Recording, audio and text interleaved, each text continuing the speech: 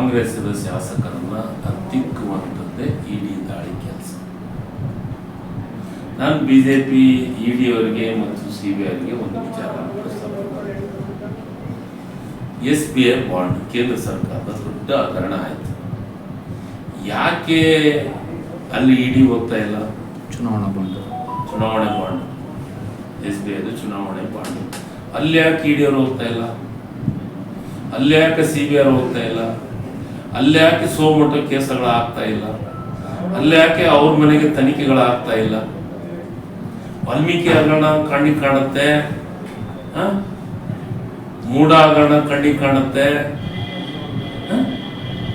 BJP ಅವ್ರಿಗೆ ಯಾವ ಹಗರಣ ಕಣ್ಣಿಗೆ ಕಾಣಗಲ್ಲ. ಕೇಂದ್ರ ಸರ್ಕಾರ ಒಂದು 2 ವರ್ಷದ ಚುನಾವಣೆ ಪೂರ್ವದೊಳಗೆ ಏನು ಕೆಲವೊಂದಿಷ್ಟು ಹಗರಣಗಳಾಗಲ್ಲ ಕೇಂದ್ರ ಸರ್ಕಾರ, ಅದ್ರ ಬಗ್ಗೆ ಯಾಕೆ ಚರ್ಚೆಗಳಾಗ್ತಾ ಇಲ್ಲ? ಇಡಿಗಳು ಯಾಕೆ ಸೋಮೋಟೋ ಕೇಸ್ಗಳಾಗ್ತಾ ಇಲ್ಲ? ಇಲ್ಲಿ ಮಾತ್ರ ಇದಕ್ಕೆಲ್ಲ ಎದುರಂತ ಪ್ರಶ್ನೆ ಇಲ್ಲ. ಇವರು ಸೋಮೋಟೋ ಕೇಸ್ ಹಾಕಿ ಕರ್ನಾಟಕ ಸರ್ಕಾರದ ಮೇಲೆ ಗೋಬೆ ಕುಂದಿರಿಸಬೇಕು, ಕಾಂಗ್ರೆಸ್ದ ಶಾಸಕರ ಮೇಲೆ ಗೋಬೆ ಕುಂದಿರಿಸಬೇಕು ಅಂತಂದು ಇಂಥವೆಲ್ಲ ಪ್ರಯತ್ನಗಳು ನಡೀತಾ ಇದ್ದಾವೆ. ಇಂಥ ಪ್ರಯತ್ನಗಳಿಗೆ ಹೆದರೋದಿಲ್ಲ. ಬಿಜೆಪಿಯವರಿಗೆ ಗೊತ್ತು, ಕಾಂಗ್ರೆಸ್ ಪಾರ್ಟಿಗೆ ಒಂದು ಇತಿಹಾಸ ಇದೆ, ಕಾಂಗ್ರೆಸ್ ಪಕ್ಷಕ್ಕೆ ಒಂದು ಇತಿಹಾಸ ಇದೆ. ನಮ್ಮ ರಾಜ್ಯದ ಅಧ್ಯಕ್ಷ ಹೇಳಿದಂಗೆ ಕಾಂಗ್ರೆಸ್ ಪಕ್ಷ ಈ ದೇಶದ ಇತಿಹಾಸ ಇರುವಂಥ ಪಕ್ಷ. ಅದಕ್ಕೆ ಬ್ರಿಟಿಷರನ್ನೇ ಓಡಿಸ್ತವ್ರು ನಾವು ಕಾಂಗ್ರೆಸ್ ಪಕ್ಷದವರು. ಇನ್ನು ಈ ಬಿಜೆಪಿಯವರಿಗೆ ತಿಳಿಬಾಗ್ತೀವ? ಈ ರಾಜಕಾರಣಕ್ಕೆ ತಿಳಿಬಾಗ್ತೀವ? ಅದೆಲ್ಲ ಇಲ್ಲ. ಇದೆಲ್ಲ ಇಡಿ CBI ಎಲ್ಲ ವ್ಯವಸ್ಥಿತವಾದಂಥ ಪಿತೂರಿಗಳು. ಇಂಥವಕ್ಕೆ ನಾವು ತಿಳಿಯೋದು. ಚುನಾವಣೆ ಬಳಸಿದ್ರು ತುಕಾರಾಮ್ ಅವ್ರ ವಿರುದ್ಧ ನಿಂತಹ ರಾಮುಲು ಅವರ ಆರೋಪ, ಇವರು ಸಾಚಾಗಳ ತರ ಮಾಡ್ತಾರೆ, ಮನೆಯವ್ರ ಮುಂದೆ ಬೃಂದಾವನ, ಹಿಂದೆ ನೋಡಿದ್ರೆ ಬೇರೆದು. ಯಾರು? ರಾಮುಲು ಅವರು ಮೊದಲು ತಮ್ಮ ಜಿಲ್ಲೆಯ ಬಗ್ಗೆ ಮಾತಾಡಲಿ. ರಾಮುಲು ಸಾಹೇಬ್ ತಮ್ಮ ಸ್ನೇಹಿತರ ಬಗ್ಗೆ ಮಾತಾಡಲಿ.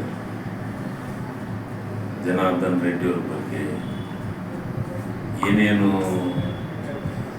ಹಗರಣ ಆಯಿತು, ಈಗ ಅವ್ರ ಗೆಳೆಯರು ಎಲ್ಲಿದ್ದಾರೆ ಅದ್ರ ಬಗ್ಗೆ ಮಾತಾಡಲಿ ರಾಮುಲು ಸಾಹೇಬರು. ಬೃಂದಾವನ ಐತೋ, ಏನು ಪಾರ್ಕ್ ಐತೋ, ಏನೈತಿ ಅಂತ ಮೊದಲು ಬಿಜೆಪಿಯವ್ರ ಮನೆ ಮುಂದೆ, ಬಳ್ಳಾರಿಯ ತಮ್ಮ ಗೆಳೆಯರ ಮನೆ ಮುಂದೆ ಯಾವ್ಯಾವ ಪಾರ್ಕ್ಗಳದಾವ, ಯಾವ್ಯಾವ ಬೃಂದಾವನ ಅದಾವ ಅನ್ನೋದನ್ನು ಮಾತಾಡ್ತೀವಿ.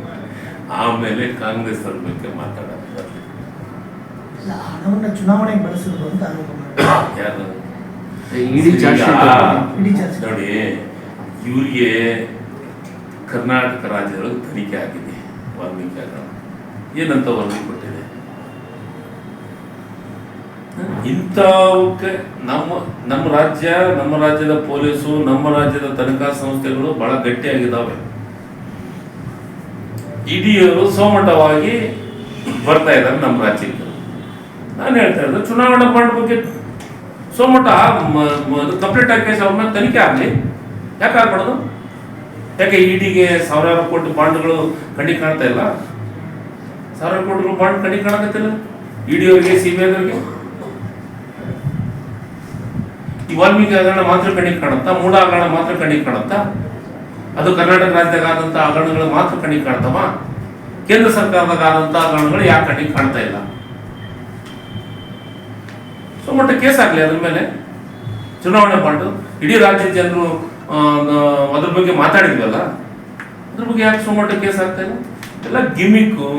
ಬಿಜೆಪಿ ಅವ್ರಿಗೆ ಏನಿದೆ ಅಂದರೆ ಕಾಂಗ್ರೆಸ್ನವ್ರನ್ನ ಹತ್ತಿಕ್ಬೇಕು ಅನ್ನೋ ಒಂದು ಮನೋಭಾವಕ್ಕೆ ಬಂದಿದ್ದಾರೆ. ಆಗೋದಿಲ್ಲ. ಅಂಥದಕ್ಕೆ ಬೊಗ್ಗರು ನಾವಲ್ಲ.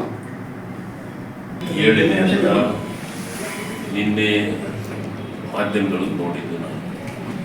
ಆದಮೇಲೆ ಹೈಕಮಾಂಡ್ನವರು ಎಸ್ ಸಿ ವೇಣುಗೋಪಾಲ್ ಸಾಹೇಬರ ಮಾಧ್ಯಮಗೋಷ್ಠಿಯನ್ನು ನೋಡಿದ್ವಿ. ಆದಮೇಲೆ ಮುಖ್ಯಮಂತ್ರಿಗಳು ಉಪಮುಖ್ಯಮಂತ್ರಿಗಳು ಮಾತಾಡಿದ್ರು ಆದರೆ ಯಾವುದೂ ನಮಗಿನ್ನೂ ಮಾಹಿತಿ ಮಾಧ್ಯಮದವ್ರು ಕೇಳಿದ್ದು, ಅವ್ರು ಮಾತಾಡಿದ್ದನ್ನು ಕೇಳಿದ್ರು. ಮುಖ್ಯಮಂತ್ರಿಗಳು ಹೈಕಮಾಂಡ್ ಹೇಳಿದ್ದನ್ನು ನಾವು ಪಾಲನೆ ಮಾಡಲೇಬೇಕು, ಮೈ ಡ್ಯೂಟಿ. ಆದರೆ ಅದು ಏನೇನು ಅಂತ ಅನ್ನೋದು ನಾಳೆಗೆ 12ನೇ ತಾರೀಕು ಕ್ಯಾಬಿನೆಟ್ ಇದೆ. ನಾಳೆ ಕ್ಯಾಬಿನೆಟ್ ಇದೆ. ಆ ಕ್ಯಾಬಿನೆಟ್ ಒಳಗೆ ಸವಿಸ್ತಾರವಾಗಿ ಚರ್ಚೆ ಮಾಡ್ತೀವಿ. ಚರ್ಚೆ ಮಾಡಿ ಮುಖ್ಯಮಂತ್ರಿಗಳು ಮತ್ತು ಹೈಕಮಾಂಡ್ ಏನು ಹೇಳ್ತೈತೆ ಅದನ್ನು ನಾವು ಕೇಳುವಂಥ ಕೆಲಸ ಮಾಡ್ತೀವಿ. ಸರ್, ಈಗ ಮರು ಸಮೀಕ್ಷೆ ಆದರೆ ಕೊಟ್ಟಂತಹ ವರದಿ ಶಿಫಾರಸು ಏನಿದೆ ಅದು ಕೂಡ ಬದಲಾಗಬೇಕಾಗುತ್ತೆ.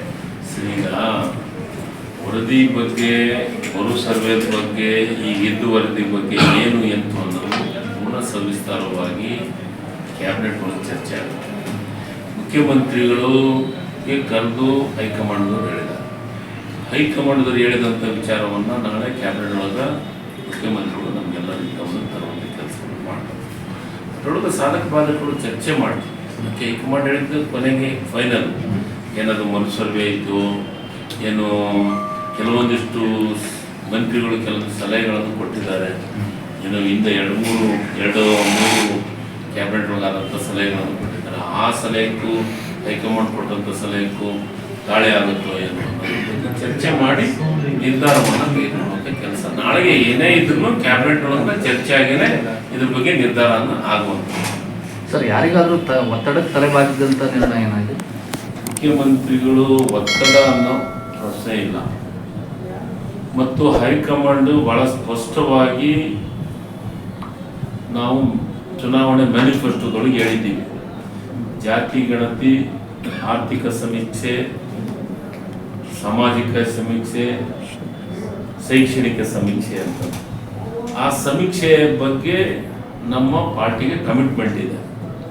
ನಾವು ಅನೌನ್ಸ್ ಮಾಡಿರೋದ್ರಿಂದ, ನಮ್ಮ ಹೈಕಮಾಂಡ್ ಹೇಳಿರೋದ್ರಿಂದ ಆ ಸಮೀಕ್ಷೆಗೆ ನಮ್ಮ ಕಮಿಟ್ಮೆಂಟ್ ಇದೆ. ಅದಕ್ಕೆ ಒತ್ತಡ ಮತ್ತೊಂದು ಅನ್ನೋದಿಲ್ಲ. ಯಾರ ಮನಸ್ಸಿಗೂ ನೋವಾಗಲಾರ ರೀತಿ ಒಳಗೆ ಸಮೀಕ್ಷೆ ಬರಬೇಕು. ಆ ಸಮೀಕ್ಷೆಯಿಂದ ರಾಜ್ಯದ ಜನರಿಗೆ ಅನುಕೂಲ ಆಗಬೇಕು ಅನ್ನೋ ಚಿಂತನೆ ಹೈಕಮಾಂಡದ್ದು ಇರ್ಬೋದು, ಐತೆ, ಮತ್ತು ಮುಖ್ಯಮಂತ್ರಿಗಳದ್ದು ಇದೆ. ಈಗ ಮರು ಸಮೀಕ್ಷೆ ಈಗ ಟೈಮ್ ಬಾಂಡ್ ಇದೆ, 60 ದಿವಸ, 80 ದಿವಸ, 90 ದಿವಸ ಅಂತೇಳಿ ಹೇಳಿದಾದ್ಮೇಲೆ ಅಷ್ಟರೊಳಗಡೆ ಆಗೋದಕ್ಕೆ ಸಾಧ್ಯ ಇದೆಯಾ ಸರ್ ಸಂಪೂರ್ಣವಾಗಿ? ನೋಡಿ, ಸಮೀಕ್ಷೆ ಮಾಡೋದು ದೊಡ್ಡ ಪ್ರಶ್ನೆ ಅಲ್ಲ. ಡಿಸಿಷನ್ಗಳಾಗಲಿ, ಡಿಸಿಷನ್ಗಳು ಕ್ಯಾಬಿನೆಟ್ಗಳಿಗೆ ಏನು ಡಿಸಿಷನ್ ಆಗುತ್ತೆ ಅದಾದಮೇಲೆ ಎಷ್ಟು ದಿವಸ ಬೇಕು, ಏನು ಬೇಕು ಅನ್ನೋದನ್ನು ಇವತ್ತು ನಮ್ಮ ಹತ್ರ ಎಲ್ಲ ಟೀಮ್ ಇದೆ, ಕೆಲಸ ಮಾಡುವಂಥ ಪ್ಲಾನ್ ಇದೆ, ಎಲ್ಲವಿದೆ. ಮಾಡೋಕ್ಕೆ ಏನು ತೊಂದರೆ ಆಗುತ್ತದಾಗ ಈಗ ಅದೇ ಸರ್, ಈಗ ಕೇಳಿದ ಪ್ರಶ್ನೆ 165 ಕೋಟಿ ಎಳ್ಳು ನೀರು ಬಿಟ್ಟ ಅಂತ. ಅದು ನೀರು ಬಿಟ್ಟಂಗಂತ ಯಾಕಂತೀರಿ? ಅಂಕಿಅಂಶಗಳು ಸರಿ ಇಲ್ಲ ಅಂತ ಕೆಲವೊಂದಿಷ್ಟು ಮಂದಿಗಳು ವಾದ ಇದೆ. ಅದಕ್ಕೊಳಗೆ ಎಳ್ಳು ನೀರು ಈಗ ಭಾಳಷ್ಟು ಸಮೀಕ್ಷೆಗಳಾಗ್ಯಾವು, ಭಾಳಷ್ಟು ವರದಿಗಳಾಗ್ಯಾವು. ವರದಿಯಾಗ್ಯಾವಂತಂತ ಎಳ್ಳು ನೀರು ಬಿಟ್ಟಂಗಲ್ಲ. ಬಗ್ಗೆ ಸ್ವಲ್ಪ ಮಾಹಿತಿ ಅನ್ನೋದು ಬಂದಿರುತ್ತೆ. ಹೀಗಾಗಿ ಮುಖ್ಯಮಂತ್ರಿಗಳು, ಹೈಕಮಾಂಡು ಏನು ಮುಖ್ಯಮಂತ್ರಿಗಳು ಹೇಳಿದೆ ಆ ವಿಚಾರವನ್ನು ನಾಳೆ ಕ್ಯಾಬಿನೆಟ್ ಒಳಗೆ ಮುಖ್ಯಮಂತ್ರಿಗಳು ಎಲ್ಲರ ಗಮನ ತರುವಂಥ ಕೆಲಸ ಆಗುತ್ತೆ. ನಾಳೆ ಕ್ಯಾಬಿನೆಟ್ ಒಳಗೆ ನಿರ್ಧಾರ ಆಗುತ್ತೆ. ಸರಿ, ಇಡೀ ದಾಳಿಗೆ ಸಂಬಂಧಪಟ್ಟ ಹಾಗೆ ಲೇಟೆಸ್ಟ್ ಹಾಗೂ ಇಂಟ್ರೆಸ್ಟಿಂಗ್ ಸುದ್ದಿಗಳಿಗಾಗಿ ಬಾಸ್ ಟಿವಿ ಕನ್ನಡ ಚಾನೆಲ್ನ ಸಬ್ಸ್ಕ್ರೈಬ್ ಮಾಡಿ. ಹಾಗೆಯೇ ಬೆಲ್ ಐಕಾನ್ ಪ್ರೆಸ್ ಮಾಡಿ. ಇದರ ಜೊತೆಗೆ ಫೇಸ್ಬುಕ್, ಇನ್ಸ್ಟಾಗ್ರಾಮ್, ಎಕ್ಸ್ನಲ್ಲೂ ಮಿಸ್ ಮಾಡದೆ ಫಾಲೋ ಮಾಡಿ.